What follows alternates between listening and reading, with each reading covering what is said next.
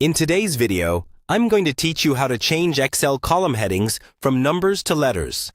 If you've ever opened Excel and noticed that your column headings are showing as numbers instead of the usual A, B, C, it can be a bit confusing.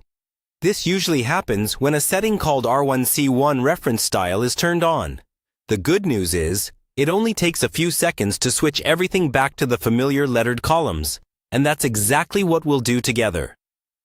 Start by opening the Excel workbook where you're seeing the numbered column headings. Look along the very top of your worksheet. If you see 1, 2, 3 going across instead of A, B, C, that confirms the R1C1 style is turned on.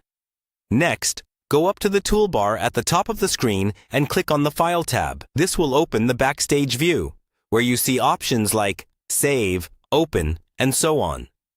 On the left-hand side, look towards the bottom for the Options button and click it. This will open the Excel Options window, where you can control a lot of the program's behavior. In the Excel Options window, make sure you're on the Formulas category in the left-hand list. Go ahead and click Formulas if it isn't already selected. In the main area on the right, look near the top for a section called Working with Formulas. Inside that section, you'll see a checkbox labeled R1C1 reference style.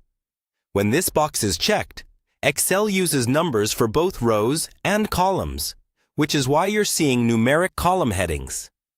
To switch back to letters, simply uncheck this box. Once it's unchecked, go down to the bottom of the window and click OK to apply the change. As soon as you do that, Excel will return to the normal A, B, C style column headings that most people are used to.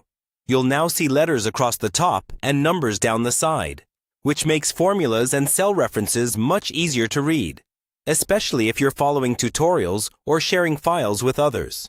If you ever find that your columns suddenly switch back to numbers again, just repeat these steps and check that the R1C1 reference style option is turned off.